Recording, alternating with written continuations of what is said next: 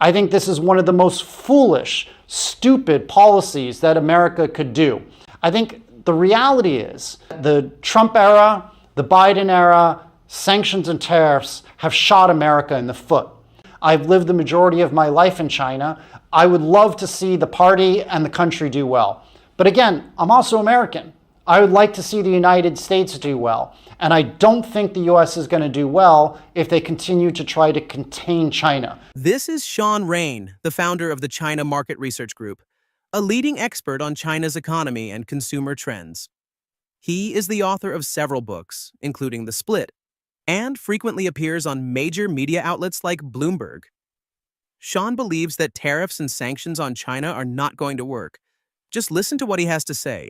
So I believe in open and fair competition between the United States and China when it comes to AI. I think it's amazing that DeepSeek and then Alibaba both were able to create language learning models that were as good, if not better, than OpenAI's ChatGPT. What I'm kind of sad about is in the United States, you've seen a lot of tech bros. They view DeepSeek's release as a Sputnik moment. But instead of saying, let's outcompete the Chinese fairly, let's invest more in R&D, let's have more good minds on it, they're pushing Trump to try to put even more sanctions and even more expert controls on China. You see Eric Schmidt, the former CEO of Google, is saying we need to add even more export controls.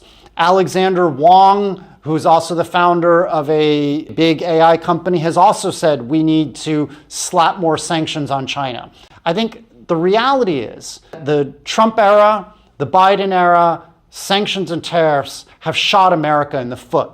If they hadn't launched such sanctions, China probably wouldn't have focused so much on indigenous innovation. It's very clear that the CPC, it's very clear that Chinese companies are ultra focused on building up an indigenous innovation because they realize that they cannot rely on America or Europe for their technology supplies anymore. So even if a Chinese company wants to buy a chip from ASML or from Intel or NVIDIA, they're going to wonder, well, 4 years from now, are there going to be more sanctions? So instead of buying technology from America, they're going to build it all in-house. And this is really hurting the American technology sector and shooting America in the foot. You see that Intel, once one of the strongest semiconductors in the companies in the world, they're tottering on the brink of a takeover target. There's discussion that the Taiwanese company TSMC and Broadcom are going to split Intel into two. Now, part of it is because of poor innovation from Intel, but a large part of it is the last 4 or 5 years they've been banned from selling their advanced chips to Chinese clients. So this is just yet another example that containment policies don't work. Now, one of your previous guests, John Mearsheimer, has said he's 100% all in on trying to contain China. I think this is one of the most foolish, stupid policies that America could do. One, as I've shown, Chinese companies have invested so much on innovation themselves that they're now as good, if not better, than the United States. If America can build it, you can be sure that China eventually can too. It's either bigoted or stupid to say that Chinese can't catch up to Americans because China has the money, it has the government support, and it has the STEM intellectual brains to try to catch up. Two, it hurts American companies like Intel, like NVIDIA. You know, NVIDIA has said that now their former client, Huawei, is now one of their biggest competitors. So this was another mistake from the Mearsheimer school of thought of trying to contain China. And then third, you know, more importantly, when you look at the bigger picture, I think a lot of countries in the global south, I like to call them the global majority, they feel that the United States is bullying China. And they're worried that they too could be bullied. The United States went from being the liberators in the world, you know, the good guys. They liberated the world from the Nazis. They liberated the world from a form of communism during the Soviet era that was not very productive economically. Now they're really almost like triads or mafia. They're forcing other countries to follow whatever the United States wants. And I think the global majority is angry at what the United States is doing. I'll give an example. Malaysia has invested billions and billions of dollars because they want to be a base or a locus for data centers. But in his last week as president, Biden slapped export bans on high-end semiconductor chips to Malaysia. And so Malaysia's plans over the last 5 years are gone. They might not be able to be a data center powerhouse because they're not able to get the high-end NVIDIA chips anymore because of Biden sanctions. So I think you're starting to see a deterioration of America's prestige, power, and dominance in the world because people view them as bullying China and bullying other countries like Malaysia. And that's why I start to see countries are starting to move closer to China's orbit. You know, I was just in Saudi Arabia, and when you go to Saudi Arabia, they have investments from Huawei, from Alibaba, from BYD, all over the place. When you go into Singapore, BYD has replaced BMW and Toyota as the largest seller of autos in that country.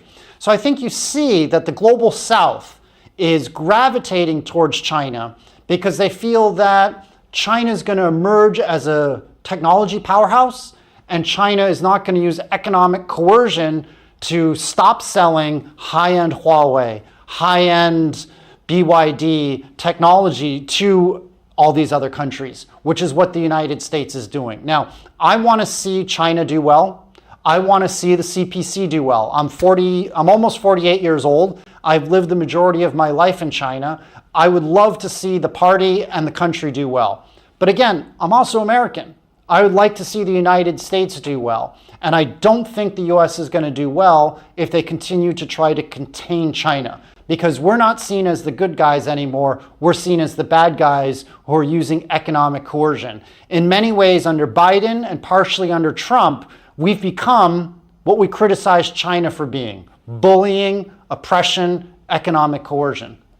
With Trump, it's quite clear that he's not an ideologue. He's very transactional. You know, you've seen he's criticized Panama, Mexico, and Canada, and now he's starting to criticize EU. He's slapping tariffs, slapping criticism, even on America's closest allies. So that actually lowers the tension with China. If Trump adds 10% or adds 60% tariffs, it doesn't seem like he's trying to destroy China. He's just trying to extract what he considers to be the best trade deal for America and probably for himself. With Trump, I think Chinese view that there's an opening. I'll give an example. Trump has said, I don't want Chinese NEV automakers to export from China autos into the United States. I want them to build factories in America, hire American workers, and help grow the economy of the United States. Frankly, that's fair, right? That's what the Chinese did to GM. That's what the Chinese did to Ford. That's what the Chinese did to Volkswagen in the 1990s. They said to foreign automakers, if you want to have access to China's growing, swelling middle class, you need to set up joint ventures and you need to set up factories in China. So I think it's fair if Trump, and frankly, I think it's fair if Europe does the same to the BYDs, the NIOs, and the XPengs of the world and says, if you want access to America and you want access to Europe, you need to invest in factories in these countries.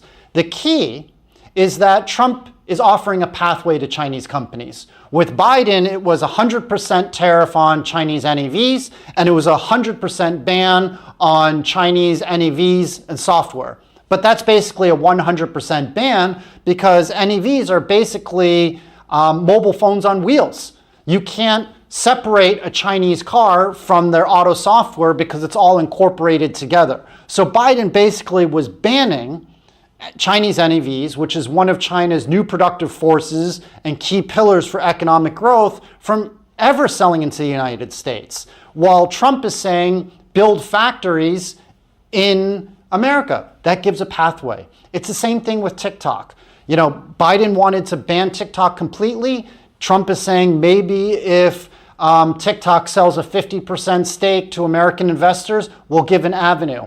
I'm actually cautiously optimistic over trade between the US and China under Trump, because at least Trump is giving a pathway to Chinese companies to start to invest and grow internationally without fears of sanctions. That's why in the last 2-3 weeks, especially after Xiaohongshu or Red's emergence, but especially after Trump's election, and even more after the emergence of DeepSeek and the release of DeepSeek, you've seen green shoots of optimism amongst China's 10%, or the movers and shakers, the wealthy people, and they're getting excited about investing. I also think that Trump is pragmatic, and he's going to see that US-China trade eventually is good for the American population. If you look at it, inflation is a major problem in the United States right now. Partially, it's because of what I consider to be an irresponsibly loose monetary policy by the Fed in the last 5 years during the COVID era, where we've added almost 18 trillion to the American deficit. Part of it is because of high energy prices from Russia, because of the Russia-Ukraine war. But a large part of it is tariffs. It's no surprise that there's major inflation in the United States when there's tariffs on $350 billion worth of Chinese-made goods. I'm hopeful that Trump is going to realize the pragmatism. If you look at it, in the United States, the average SUV costs $43,000. The average sedan costs $38,000. BYD, a Chinese NEV maker, just announced that their $9,000 model is going to have full autonomous driving as good, if not better, than Tesla.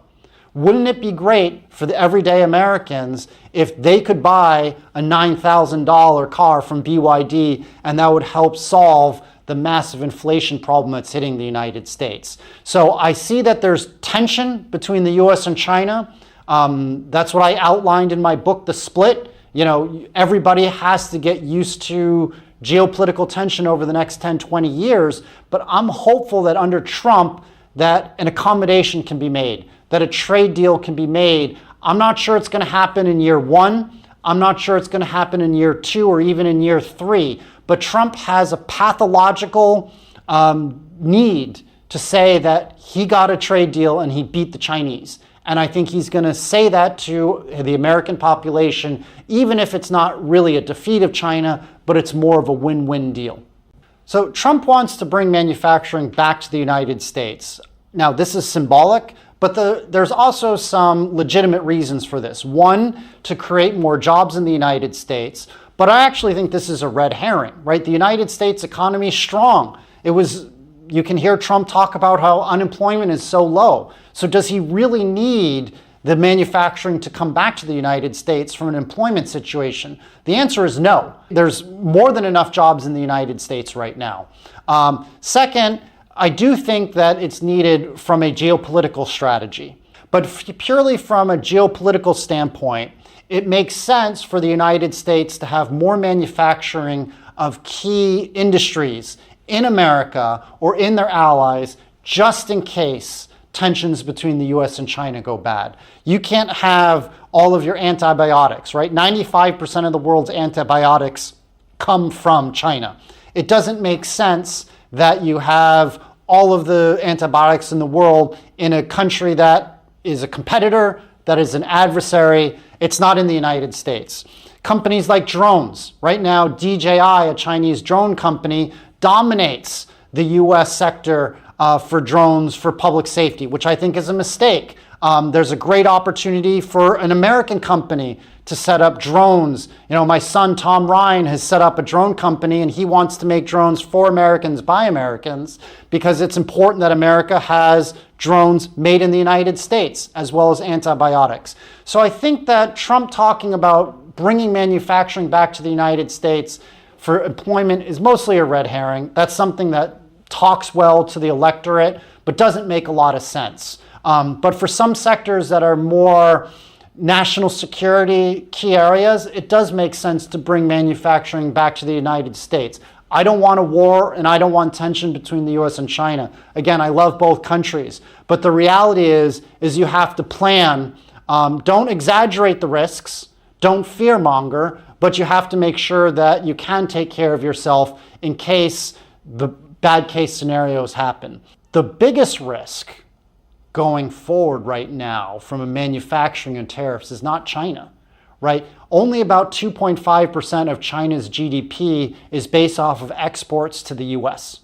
In 2017, about 18% of China's exports went to the US. That's gone down to 14%. So China has smartly de-risked from the US. Again, I don't want to see tension between the two countries, but it didn't make sense that China was beholden to America by exporting too much of their products. So they've now gone off into the global south, which is why I think China is better able to withstand a trade war during Trump's second administration than they were during the first administration. The greater risk right now, frankly, is for Vietnam.